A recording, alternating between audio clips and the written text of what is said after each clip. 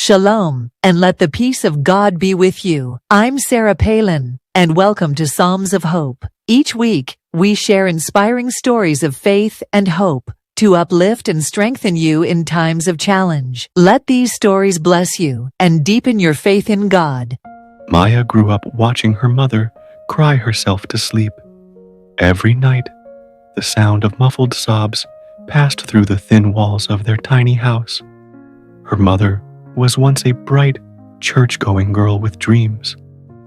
But all of that dimmed after Maya's father left, right after finding out she was pregnant.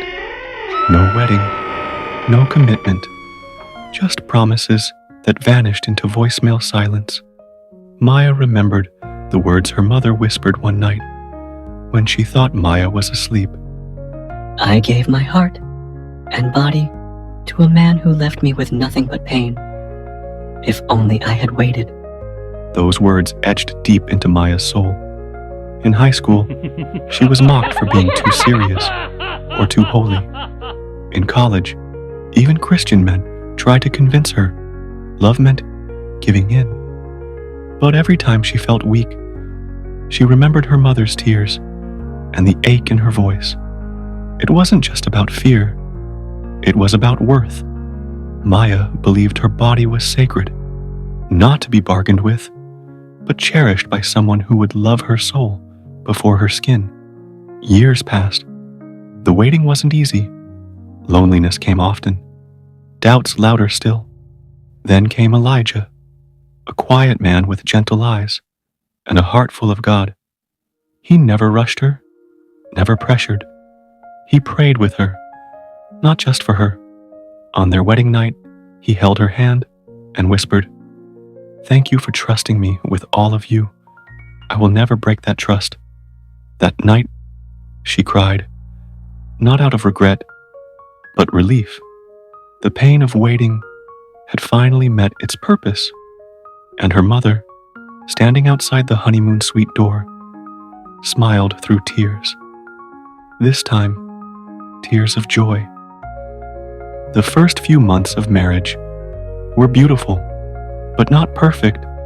Maya had imagined that crossing the threshold into marriage would suddenly lift all the weight she'd carried for years. That intimacy would be easy. That the years of saying no would instantly make yes feel natural. But she quickly learned that purity wasn't just about the physical. It had protected her, yes, but it had also built walls. She lay awake one night, staring at the ceiling fan turning slowly above her, while Elijah slept soundly beside her. A knot sat in her chest. Guilt, confusion, maybe even fear. No one talked about this part, the part after the wedding. The questions no one asked. What if I still feel nervous? What if I don't know how to let go? What if this still hurts?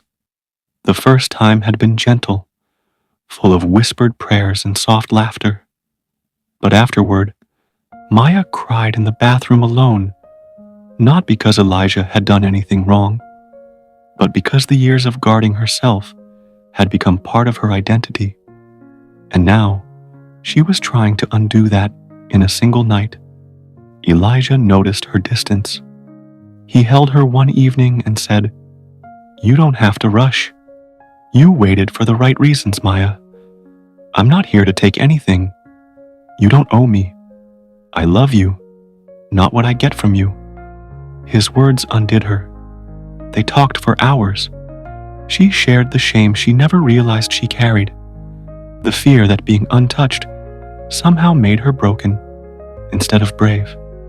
Elijah listened, not as a man eager for his wife, but as a friend committed to her healing. And little by little, love rewrote what waiting had wounded. Maya learned that staying a virgin wasn't the end of a story. It was the beginning of healing, of learning, of choosing. She had waited, not just for a night, but for a kind of love that would stay through the unraveling. And Elijah stayed. Did this story remind you of something? Share your thoughts and stories with us in the comment section, and also share it with your friends or family that are going through the same situation.